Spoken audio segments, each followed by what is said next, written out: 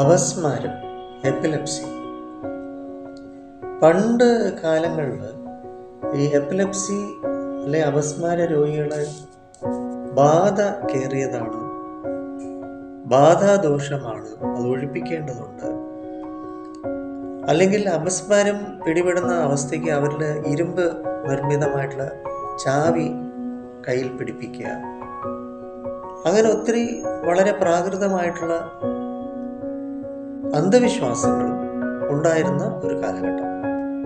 പക്ഷെ ഇന്ന് വളരെ ആധുനികമായിട്ട് EEG നമുക്ക് സ്റ്റഡി ചെയ്യാനും ബ്രെയിൻ വേവ്സ്, അതിൻ്റെ ഇലക്ട്രിക്കൽ വേവ്സിൽ വരുന്ന ഡിസ്ചാർജ്, ഇൻറ്റേർണൽ ഡിസ്ചാർജ് പഠനം ചെയ്യാനും ഒക്കെ വളരെ സയൻറ്റിഫിക് ആയിട്ടുള്ള ഒരുപാട് സംഗതികൾ ഉണ്ട്. വീഡിയോ EEG ഒക്കെ ഉണ്ട്.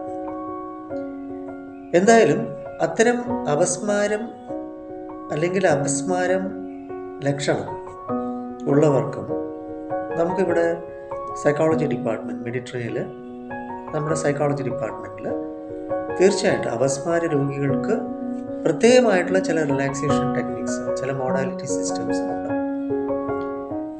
അപ്പം എൻ്റെ എക്സ്പീരിയൻസിൽ, ഞാൻ 22 വർഷം മേളിലായല്ലോ ഈ വർക്ക് തുടങ്ങിയിട്ട്.